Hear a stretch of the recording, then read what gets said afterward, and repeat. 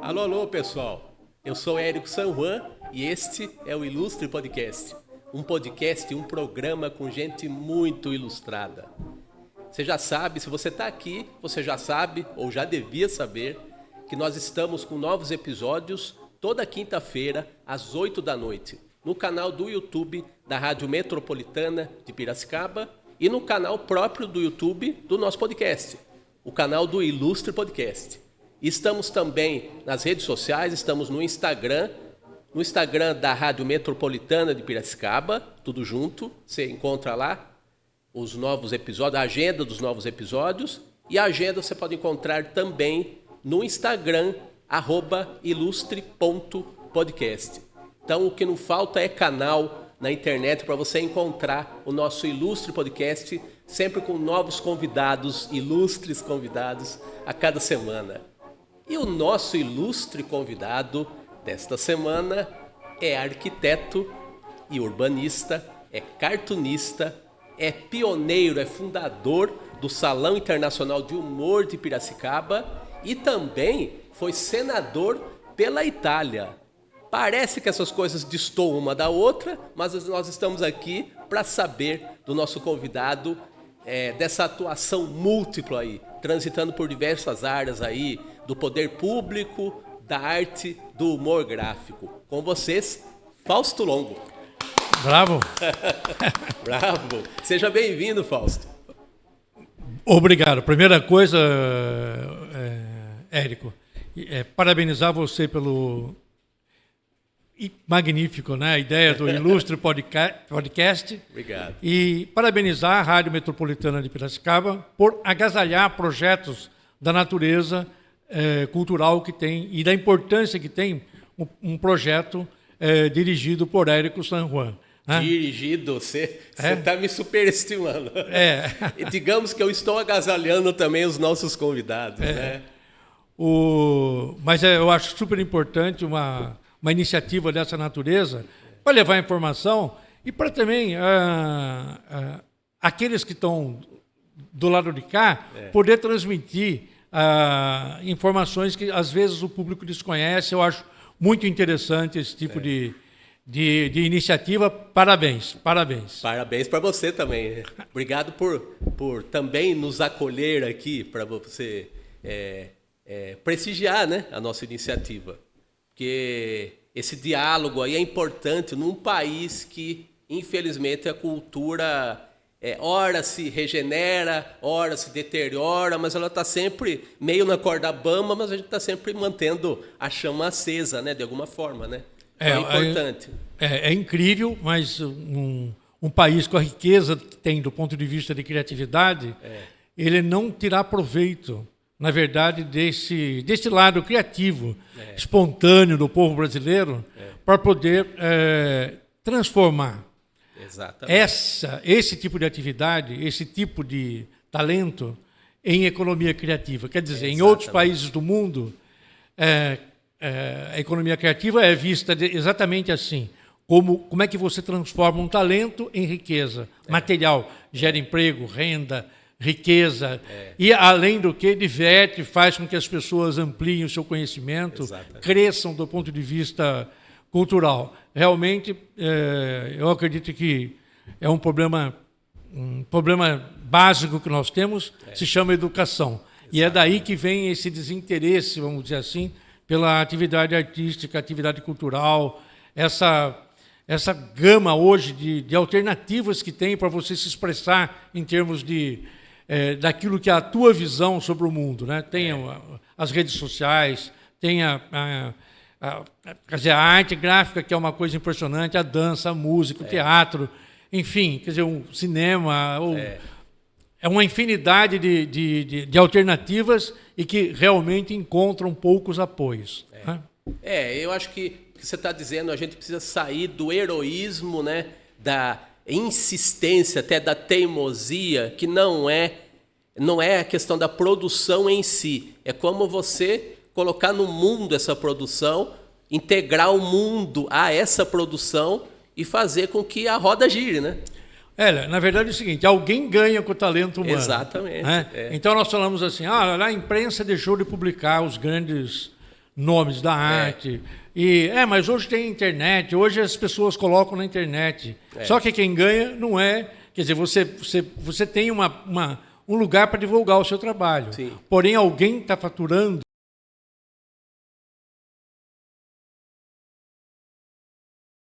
uma correlação, ao meu entender, bastante injusta. Sim. E que, com o avanço da inteligência artificial, das tecnologias de ponta, esse problema tende a se agravar. E nós, os artistas, quando eu falo os artistas de teatro, de música, sim. todos os artistas, aqueles que têm um talento para se expressar de alguma maneira, devem se unir e devem se posicionar em relação a essa questão que vai mudar, a gente deve lutar para que se respeite a produção, a criativa. Essa é uma questão aí que o debate está permanente. A inteligência artificial, a questão e a realidade dela, está colocando meio a gente como quase que uma obrigação, eu diria que mesmo uma obrigação, né, da gente se posicionar. Então, essa questão está colocando todos nós na parede, né? Sem dúvida. Olha, você imagina, por exemplo, você imagina, por exemplo, que quantos empregos, quer dizer, a automação industrial e a inteligência artificial vai eliminar. E essas pessoas? Quem está se preocupando com esse dilema? Pois é. Que você não ter tempo nem espaço para requalificar essas pessoas e, ao mesmo tempo, mesmo que requalificadas, você não vai ter espaço de trabalho. Exatamente. Então, realmente, nós temos que... Aliás, os cartunistas vão ter muitas matérias ainda como inspiração dentro dessa temática das correlações de trabalho, de emprego e renda, né? Sim. E quem explora quem. A inteligência artificial ainda não está fazendo o trabalho dos cartunistas. Ainda. Espero que nós nos empenhemos aí para ela não tomar o nosso lugar, né? Olha, Érico, outro dia eu participei de um... Às vezes a gente atua em áreas as mais diversas possíveis, né? E uma delas, a gente tem trabalhado muito na parte do Instituto Paulista de Vitivinicultura. Sim. Então, eu acabei sendo convidado para fazer parte do júri do concurso dos vinhos nacionais, vinhos e destilados. E aí, na abertura desse concurso nacional, eu ouvi um palestrante contando que, na Itália, eles deram todas as informações necessárias para uma análise organoléptica, que se chama, né? Isso é um palavrão. Para poder definir se um vinho era bom ou se o vinho era ruim. Eles alimentaram o sistema de inteligência artificial com esses dados, que foram transformados em algoritmos e alimentaram, então, um processador. Olha. Que exatamente colocava uma espécie de sensor, né? Tipo uma caneta laser dentro do vinho, tirava, e a análise organoléptica do computador, dada pela inteligência artificial, era muito próxima àquele gosto do consumidor. Olha, e não do analista técnico. Ou seja, do ponto de vista prático, quem vai interessar mais a opinião para quem produz vinho? O gosto, o sabor que interessa ao consumidor ou ao técnico que analisa o vinho?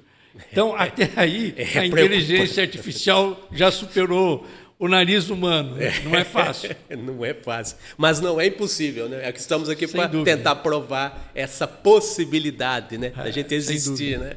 Ô, Fausto, é o seguinte, você já mostrou que você é um cara múltiplo, né? Que você vai muito além do cartoon, você vê as coisas de uma visão macro, a maior possível aí dentro do seu entendimento, né, do mundo, né? E o seu entendimento do mundo passa pelo exercício do humor gráfico, que você praticou desde jovem.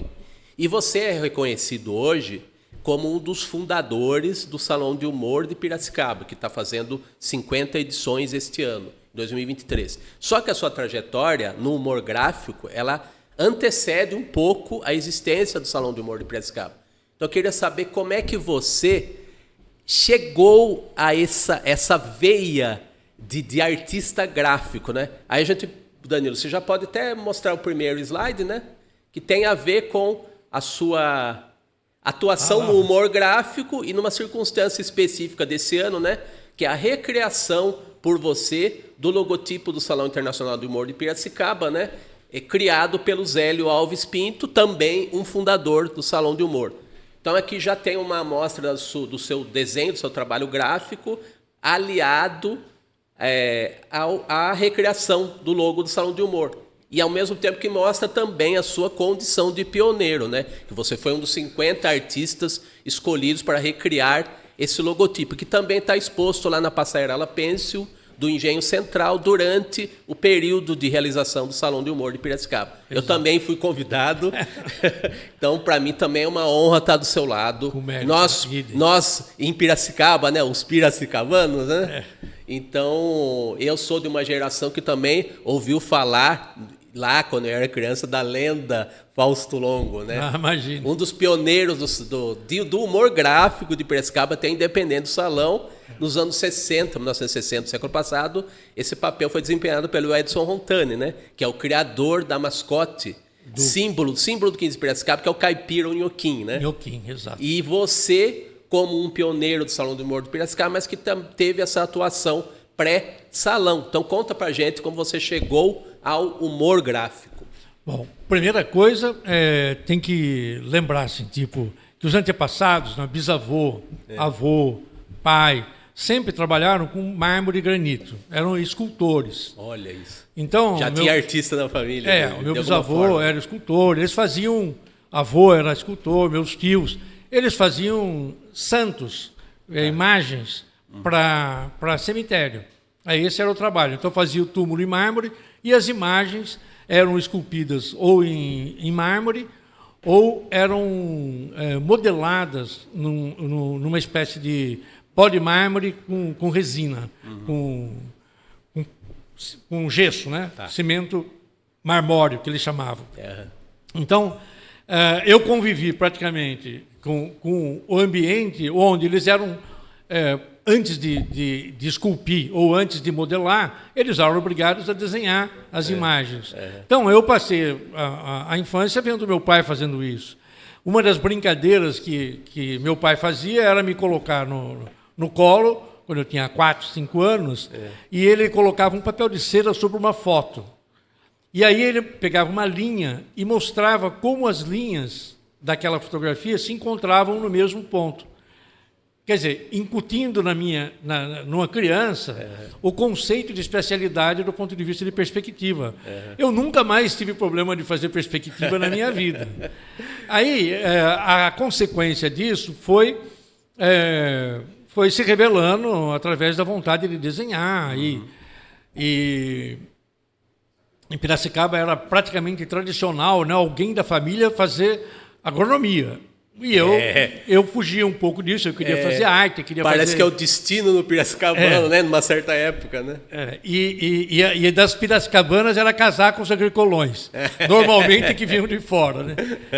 E aí nesse ambiente é que eu fui sendo criado, aí com 13, 14 anos, no ambiente de escola, ginásio, então precisava fazer o jornalzinho do Grêmio. Então, quem sabe desenhar? Então, por sorte, por exemplo, dentro da escola industrial, você tinha nomes como Olavo Ferreira da Silva, você tinha o Rudinei Bassetti, que era meu amigo de escola, que gostavam de desenhar. Quer dizer, a gente tinha aula de desenho, né? Bastante. Tanto desenho técnico, como desenho geométrico, como desenho artístico. E isso me empurrou cada vez mais para usar o desenho como ferramenta de expressão da minha realidade. Depois, isso, naturalmente, os amigos começaram a pedir: olha, você não faz um desenho para mim? Olha, eu estou abrindo uma empresa, você não faz a logomarca para mim, né? Então, isso ainda num ambiente que não tinha uma profissionalização do desenho. Isso era anos 60? O ano 60. Anos 60 para 70. Quando chegou 70, aí eu tive uma encomenda. Eu lembro que era o Mário Terra, secretário municipal de esportes, e turismo. Foi radialista também aqui em Piracicaba. Foi radialista e tal. E o Mário Terra me encomendou, precisava entregar uns diplomas. Olha. E aí devia ter 17, 16 anos. E aí ele encomendou. Eu disse, você sabe fazer diploma? Escrever o nome das pessoas nos diplomas? Aquela caligrafia bonita, né? Então, belíssima. Sei, né? Mesmo que ainda não tivesse a prática e tudo mais, falei, sei, claro. Olha, eu tenho 1000 diplomas para fazer. Ui, um por um? Um por um. Minha nossa. Aí, aí virou uma encomenda. A cada 3 meses eu tinha uma encomenda. Ou seja, com 14, 15, 16 anos, eu ganhava o meu dinheiro com o desenho. Quer dizer, através já um profissional, já. Era tenra a idade, né? E, embora não tivesse uma empresa, não fosse contratado, mas era prestação de serviço. Já trabalhava. Aí o SESI, que fazia aqueles cursos de oratória, educação cívica, professor Oswaldo Sobel, se não me engano, aí, olha, você não quer fazer o diploma também para o SESI, para o Senai e tal? Acabei fazendo. Então, virou por uns 2 anos, eu acabei ganhando dinheiro com isso, e me apaixonava mais ainda pelo desenho, porque além de gostar do que eu fazia, ele me trazia um retorno material. Não tem, melhor dos mundos, né? Aí, com essa coisa de começarem a solicitar... eu me encaminhei para a área do desenho, da arquitetura, do urbanismo, então, aí eu passei há um tempo fazendo as ilustrações necessárias para as cartilhas do CLQ. Entendeu? Aí trabalhei com o Nilma, na editora Luiz de Queiroz, a gente inventava os cartazes, inventava as coisas, tinha que ter imaginação para usar uma impressora, a primeira impressora offset de Piracicaba, uma Ramada. Você não lembra o ano que foi que você fez? Eu acho que foi 72, talvez? 76, eu acho. Mais pra frente. Não, antes, 73. Tá. 72. Porque o primeiro jornal aqui que passou a ter offset foi depois de 76, não foi? Foi o Diário. Então você usou primeiro até que os jornais da cidade. A gente... Offset. A gente... era obrigado a usar criatividade, porque não tinha jeito de fazer degradê. Então, o degradê era com a mistura realmente de tinta no rolo da máquina. Você tinha que experimentar, né? Cada cartaz saía com uma... Não era igual, né? Então, muito legal. E aí a gente começou a fazer ilustrações. E essa para cartazes aqui. Festa do Peixe, festa do não sei o quê. As exposições que tinha em Piracicaba, a gente acabava fazendo cartaz e imprimindo lá pela editora Luiz de Queiroz. Então você quase que desempenhou, anos antes do Eduardo Grosso, praticamente a mesma função dele, né? De fazer material gráfico para o meio cultural de Piracicaba. Mas né? Sem dúvida, as peças do... Aí foi para as peças do Carlos ABC, que me chamava para fazer Berenice Danelon. Aí me chamavam para fazer também o cenário. Né? Aí acabei participando de várias peças junto com a Berenice, com o Carlos ABC. Até fiz uma cenografia para o... já vou lembrar mas para o programa da Enesita Barroso. Olha, rapaz. E aí começou a ampliar e comecei a participar das licitações para decoração do carnaval de rua. Aí fazia decoração do carnaval. A serpentina, que ficou famosa, a serpentina de Polionda, foi uma criação minha. E aí... Bom, enfim, começou... E aí a gente acabou montando uma primeira agência de publicidade, que acho que, se não me engano, foi a segunda de Piracicaba. Acho que a primeira foi do Renato Wagner. Que fazia a revista Mirante nos anos 1960, né? Chamava, acho que, Propag, ou Pirapag, Pepag, alguma coisa assim. E a nossa, que era louca. Mas não louca de maluca. Era Mas tinha K no meio do nome? Era? Tinha, porque era... Por que era louca? Porque era Longo e Canazawa. Que é o Armando Canazawa. Era sílabas dos sócios. Exato. E depois entrou Zé Arruda Mariano como sócio. Então, e naquela época manter uma agência em Piracicaba era uma coisa bastante complicada. eram 11 funcionários. Minha né? nossa. Porque foi uma época que não era tão simples como é hoje a vida do computador. Né? Tudo era feito na base da canetinha nanquim, à mão. E mesmo as canetinhas nanquim não eram essas que nós temos hoje. Era aquela de regular a ponta, saía o traço mais fino, mais grosso, e borrava o desenho. Quando borrava, não tinha jeito de aproveitar, era fazer outro. Você tem que terminar uma arte com urgência, contra o relógio, e aí a nanquim não ajudava. Então, mas eu confesso assim, foi uma experiência muito rica. E isso foi me empurrando que alguns produtos acabavam demandando que a linguagem fosse uma linguagem mais leve, uma linguagem mais, vamos dizer assim, do humor. E aí a gente começou a fazer, tipo, menu, né, cardápio para restaurante, e usando ilustração, desenhos. Eu lembro da Casa Siqueira, a gente fazendo a dona de casa que vendia panelas. Enfim, o desenho de humor foi substituindo aquele desenho mais de propaganda, de marketing, de logomarca. Ainda era uma época com muita formalidade na propaganda, né? Sim, olha, nacional, né? Mas você vê, olha, a logomarca da VIP Tour, por exemplo, durou até o ano passado, antes de fecharem a VIP Tour, estava lá uma logomarca de 40 anos. A da Unimap também tem 40 anos. A logomarca da Unimap é uma criação minha e do Bonifácio Placeres Júnior, o Peninha. Entendeu? E aí tinha... Aí o Alceu criou a revista Aldeia, Alceu Mauro Zingueto, que era o lendária essa revista. Oswald de Andrade de Piracicaba, né? Era o agitador político de Piracicaba e cultural também, porque ele instigava a nossa juventude. Ele era pouco mais velho que a gente, mas ele instigava Adolfo Queiroz, Carlinhos Colonhese, Fausto, uma série a produzir culturalmente, né? A questionar também. E aí a revista Aldeia abriu as portas para a gente desenhar pela primeira vez. Imagine, ver impresso. O meu primeiro desenho foi no Jornal de Piracicaba. Você não lembra o ano, né?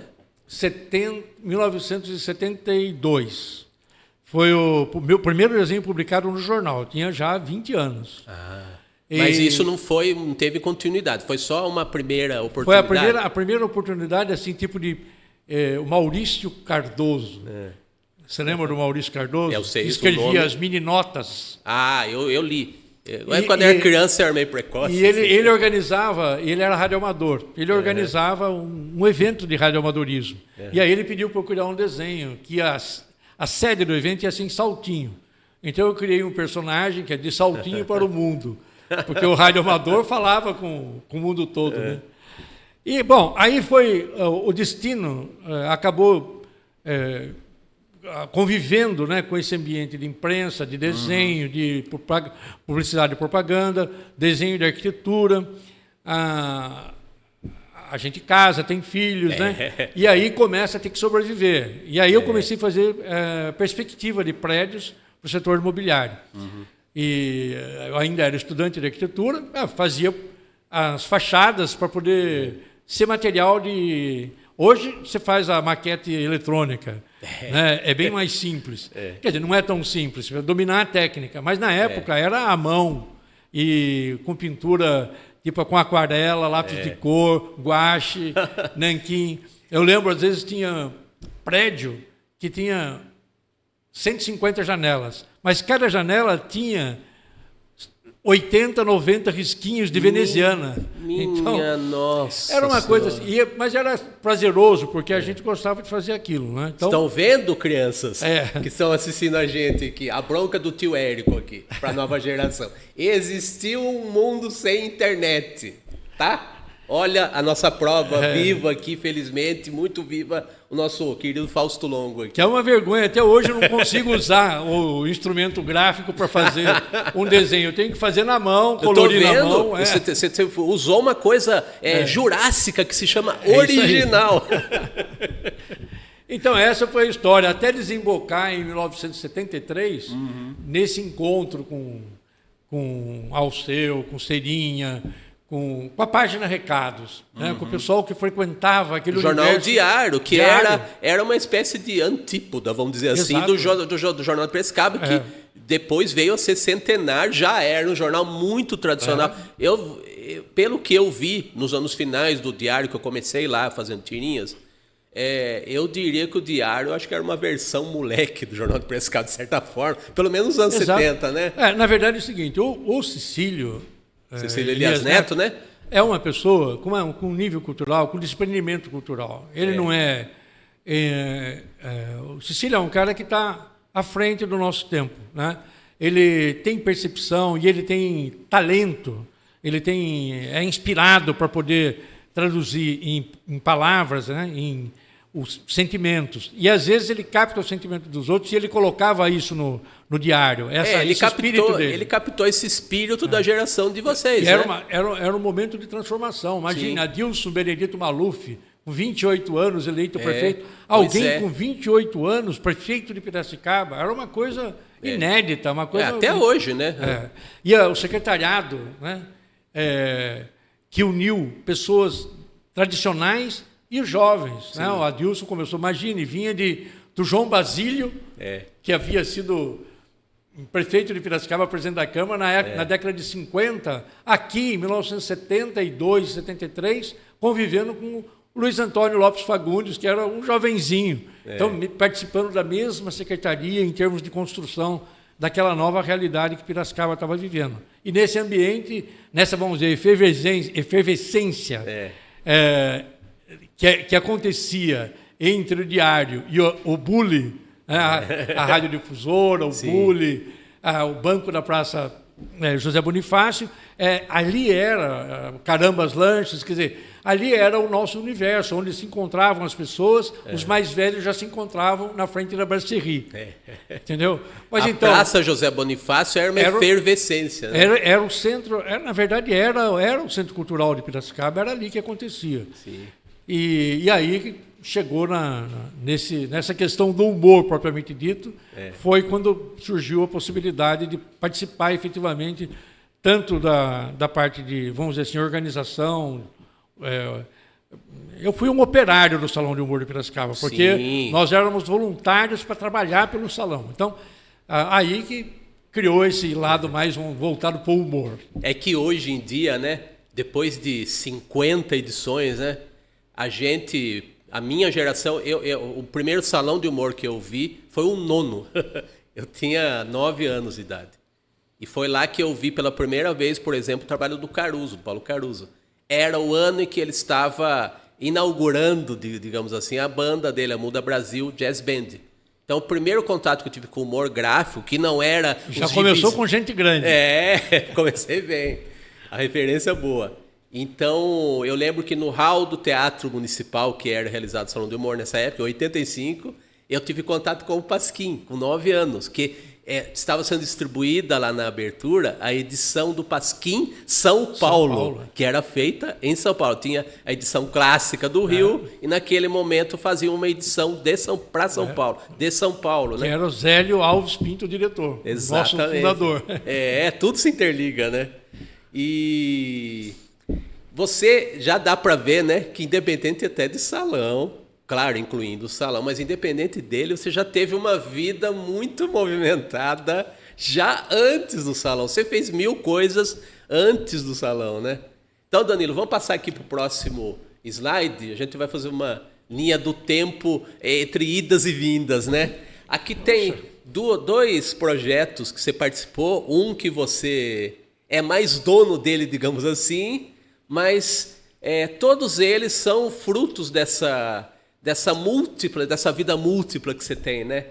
Esse livro aqui você fez a capa para o então deputado federal João Herman Neto, que tinha sido prefeito de Piracicaba nos anos 1970. Eu vou te perguntar, que é a ocasião para isso, né? Eu imagino também que ele deva ter sido muito importante para a continuidade do Salão de Humor, né? Que estava nos primeiros anos, nos anos 1970, né? Sem dúvida, porque o João, inclusive, na época do primeiro mandato do Adilson, o João era secretário de obras, quer dizer, era uma equipe, era a mesma equipe. Uhum. Depois os caminhos políticos acabaram se modificando um pouco, mas, na verdade, a essência é que todos tinham essa vontade de mudança, né? Uhum. Vontade de mudança. Eu lembro que o João Herman, quando ele ganhou a eleição, ele pediu para a gente, né, para fazer a logomarca do PEP, Programa de Embelezamento de Piracicaba, que quem dirigia era a Maria Cláudia Ranzani Herman, que era a primeira-dama da cidade, e a Arlete Cog Ribeiro, que era responsável pela área de áreas verdes da prefeitura, tal. E era um programa, que até eu fiz parte do programa, plantei várias árvores, que plantou 33 mil árvores só em torno do Rio Piracicaba. Olha isso. Aquele parque da Rua do Porto não existiria hoje, frondoso como não fosse esse trabalho realizado pela primeira-dama na época, Você Maria literalmente plantou as sementes, né? sem dúvida. E aí eu fiz um desenho exatamente que era um engradado desses protetores de árvores que tem na rua, né? Um chiqueirinho, onde a árvore podia nascer sem ser molestada pelos humanos, pelos cachorros, tal. E eu fiz o desenho, então, de 4 hastes, né? 4... vamos dizer, como se fossem madeiras, né? E uma árvore redonda no meio, nascendo, verde. O João olhou e falou assim, olha, eu adorei, mas isso aqui não vai ser para o Programa de Embelezamento de Piracicaba. E virou o desenho na horizontal, aí ela ficou um túnel. Olha isso. Com a bola passando por 4 anos de mandato. Ou seja, era uma administração voltada para o verde. Ele foi seu diretor de arte involuntário, talvez. Involuntário, e aí transformou no símbolo da administração João Herman. Olha isso. Que não nasceu para isso, né? São os acontecimentos aí da... Então essa capa já era de uma ligação anterior. Já. Que você tinha... Essa capa, quer dizer, na verdade é o seguinte... era uma inspiração nos desenhos do Zélio. O Zélio sempre... Sim. A expressão fisionômica que o Zélio utilizava me encantava. Então, até hoje, a referência dos meus bonecos, elas não são iguais, porque o Zélio tem mais talento. Então, o do Zélio, por exemplo, é traço com pincel. Então, é diferente a dimensão, vamos dizer assim, gráfica do desenho. Mas a inspiração sempre foi, tanto que ele virou até meu padrinho de casamento. Né? O Zélio era padrinho tanto da parte de humor, como da parte da convivência cultural em São Paulo. Então influência além da arte, né? Era, bem muito bom. Além da arte. Mas nessa época aqui, foi 1984, quer dizer, o salão estava na sua 10ª edição. Mas ainda o tipo do trabalho do Zélio, você vê o piso, era muito o trabalho utilizado pelo Zélio. Eu me inspirava muito no Zélio. E com orgulho, viu? Né? É aquele que imita o Roberto Carlos e não dá valor para a inspiração que teve. Não, eu sou muito grato ao Zélio, porque as orientações que ele dava sobre cor, sobre traço, eram super importantes. Inclusive a parte de sensibilidade do humor. Porque às vezes no desenho de humor, às vezes a gente acaba exagerando em alguns traços, alguma utilização de algumas imagens que algumas pessoas se sentem incomodadas. Então o Zélio falava, quando você fizer um desenho, você tem que pensar no público que está vendo, não é em você só. É uma expressão da sua forma de ver o mundo, mas respeitando o mundo. Então, isso é a comunicação, né? Pensar no receptor, né? Exatamente. E olha, coincidência, você falou dessa ligação e por coincidência mesmo, né, que eu não sabia dessa sua ligação com o Zélio dessa forma, ele acabou sendo meio que um padrinho do seu trabalho mais recente, né? Que é um livro Ilustre Guardanapo. Então explica a gênese aí desse trabalho. E nós temos aqui, ilustre espectador, um exemplar do livro. Ainda está disponível na internet, no site do SESI? No SESI, na editora SESI. Ainda está em circulação esse livro.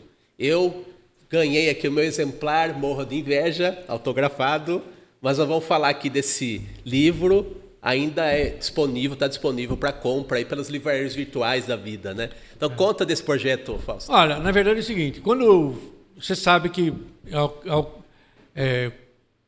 o Edson Montani criou o Inhoquim. Sim. Se ele tivesse vivo, ele teria criado um senador ítalo-caipira. Entendeu? Porque, na verdade, eu sou um ítalo caipira e que acabou, por um incidente de relacionamentos, de amizade da vida política, de conviver com o mundo, vamos dizer assim, político, que pensa do ponto de vista ideológico, mais, vamos dizer assim, comprometido com uma linguagem progressista, quer dizer, cuidado com as pessoas que realmente necessitam de... As pessoas mais desamparadas. Não é todo mundo que nasce com todas as qualidades iguais. Então, claro. as pessoas têm que ser tratadas, as pessoas diferentes têm que ser tratadas de forma diferente. Então, a convivência com isso me fez caminhar para a área política, tanto em Piracicaba como na Itália.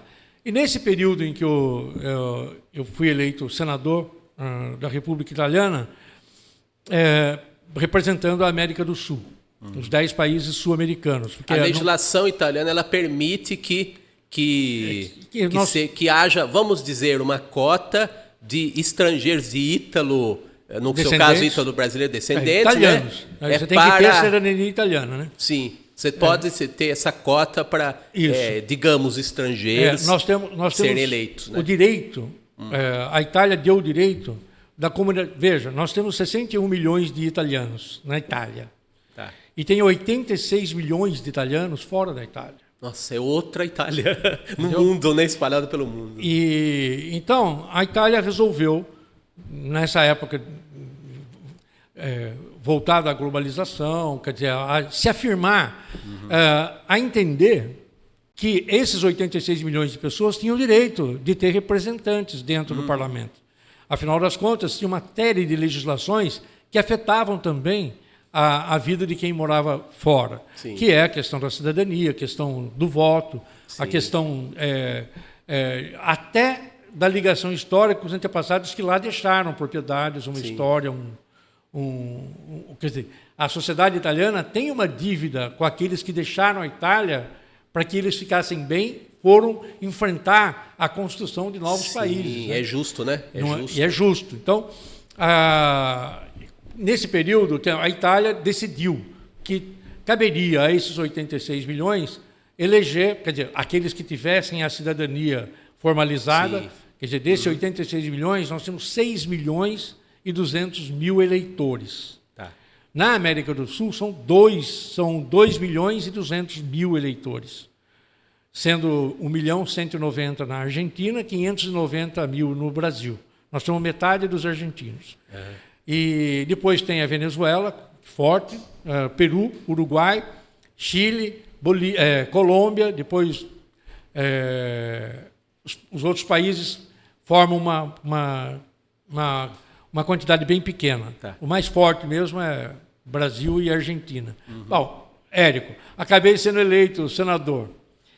E nesse período que eu fiquei em Roma, foram 10 anos, logicamente que não foram... Existia uma certa solidão, porque eu estava sozinho. Você estava sozinho, Fausto? Sim, eu estava sozinho. Um ítalo caipira que malemar conhecia o mundo. De repente é eleito senador. Quer dizer, toda a bagagem política aprendida em Piracicaba, na Câmara Municipal, com Adilson Maluf, com a convivência na política local, com o João Herman, que foi o meu maior inspiração em relação à vida política, mas com o Tami, o Machado, que Piracicaba tem nomes que... O Zé Machado é um sujeito considerado importante na esfera política do Brasil inteiro. Qualquer lugar onde eu vou e falo que sou amigo do Machado, as pessoas, nossa, você é amigo do Machado. A Barjas Negri, com a competência que tem, reconhecida, quer dizer, nós temos nomes em Piracicaba que emprestaram à política nacional uma força muito grande. E com essa bagagem, quer dizer, foi um aprendizado, ítalo caipira, mas com bagagem política.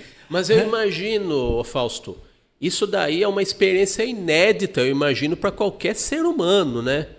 Você ser senador brasileiro na Itália, né? Você está num país que você... por mais que você tenha essa experiência, bagagem, eu imagino que seja uma experiência, humanamente falando, é inesquecível, né?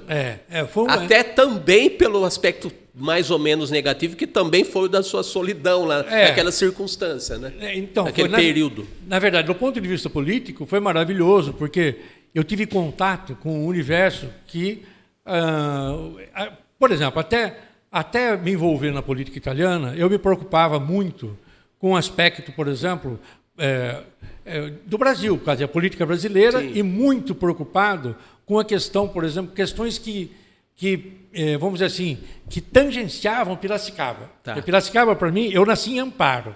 Sim, depois eu vim para Piracicaba. Mas Piracicaba é que está dentro da alma, do coração. Não tem jeito, porque aqui que foi a minha criação, sim, a minha vida, quer dizer, do primeiro beijo até... Então, quer dizer, essa correlação com Piracicaba, ela existia em função da hidrovia Tietê-Paraná, tá, aí com a parte, por exemplo, ambiental, o envolvimento nosso com a guerra pelo rio. Quer dizer, o rio também foi uma veia que corria, quer dizer, uma artéria que corria dentro de mim. Quer dizer, o rio Piracicaba, eu escutava o salto até em Roma, né? Quer dizer, quando você entra num mundo totalmente diferente, onde você discutia, por exemplo, a Itália faz parte da União Europeia. Então, você tem que acompanhar o Parlamento Europeu, as comissões, sim, europeias, o que está acontecendo, porque eu não posso fazer uma lei que passe na Itália e não passe pelo Parlamento Europeu. Você tem que pensar de uma maneira além do lugar que você está. Exato. Né? E também existia o entendimento da América do Sul, porque eu não era representante do Brasil, era representante da América do Sul. Então, eu tinha que acompanhar a política Brasil, a política da Argentina, do Uruguai, Paraguai, Bolívia, Colômbia, Chile, quer dizer, só não das 3 Guianas, porque as 3 Guianas são estados de outros países, tá, e não são considerados geopoliticamente como pertencentes à América do Sul. Então eu tinha que acompanhar, e não é só acompanhar, você veja, eram 38 viagens por ano entre Roma e São Paulo. Nossa. E chegando em São Paulo, eu tinha que ir para Caracas, tinha que ir para Montevidéu, para Buenos Aires.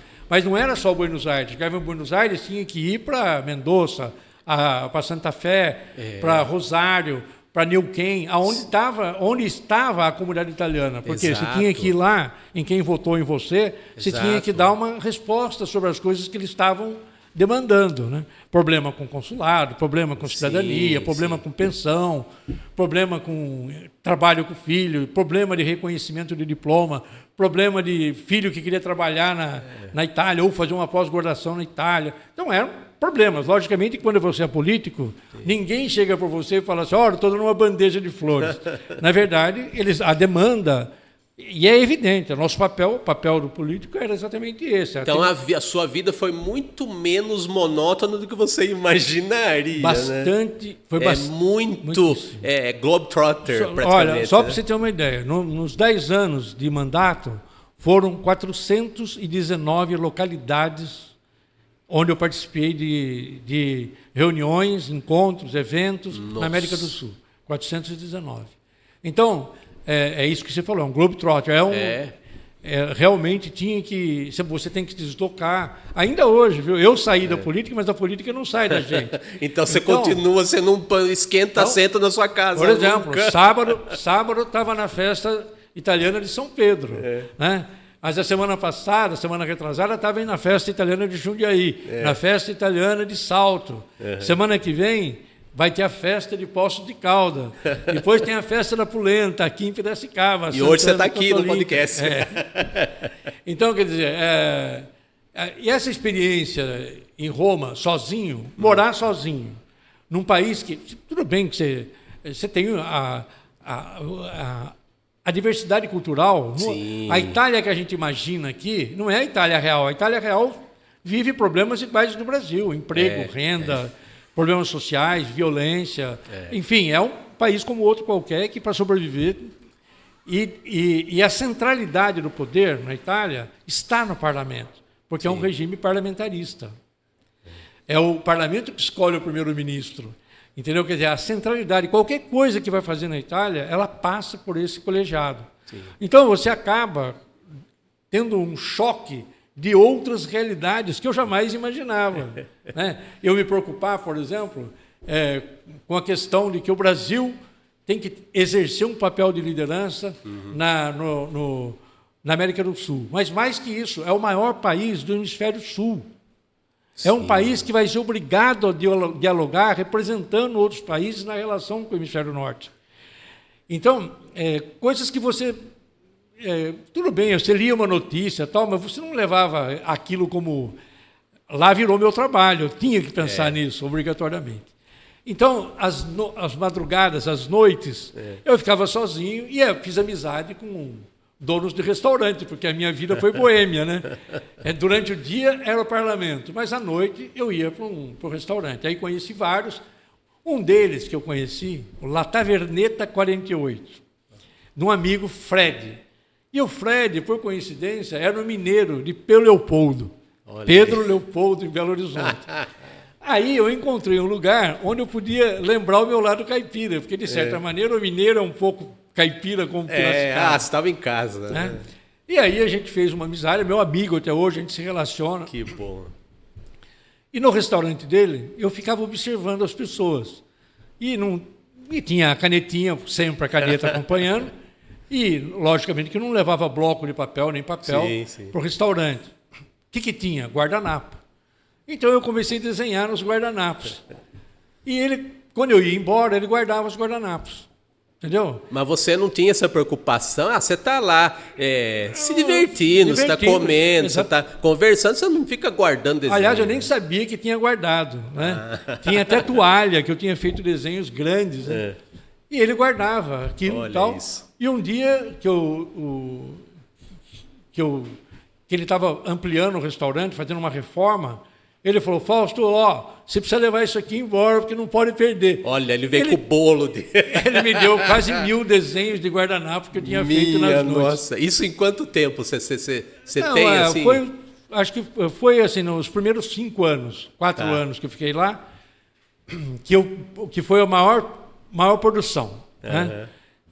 Depois você vai se acostumando, aí você faz amizades, e aí você começa... A solidão já não era tão grande, então tinha outros relacionamentos. Já foi se ambientando mais. Aí já comecei a participar de eventos, representando o Partido Socialista nas pequenas cidades da Itália. Que o Partido Socialista Italiano precisava angariar gente para aumentar os seus quadros. E aí, como era parlamentar, eu era o único parlamentar eleito pelo partido. Olha isso. Naquele ano. Solidão também na política, de certa forma, né? Você imagina, o Partido nós tínhamos 630 deputados. Hoje são 400. Nós votamos o corte de 230. São 400. Mas em 630 tinha um do Partido Socialista. Então, que situação, Fausto. Logicamente que a pauta que eu tinha era de responsabilidade com o parlamento, com o povo italiano, com o povo italiano que vive fora da Itália, mas tinha uma responsabilidade ideológica com o meu partido, de levar a mensagem do meu partido para dentro do parlamento. Então, aí já começou a dar trabalho, entendeu? Era visita, reunião, evento, foi um pouco diferente. Os últimos 4 anos foi muito agitado por esse viés mais político do que ficar viajando, por exemplo, para atender a comunidade italiana. Era mais o trabalho, vamos dizer assim, de caráter ideológico, né? Então esse trabalho ele foi gestado na Itália e tem a ver com o Zélio, né? Então conta aqui. Então, quando eu trouxe esses trabalhos da Itália, eu deixei em casa num canto.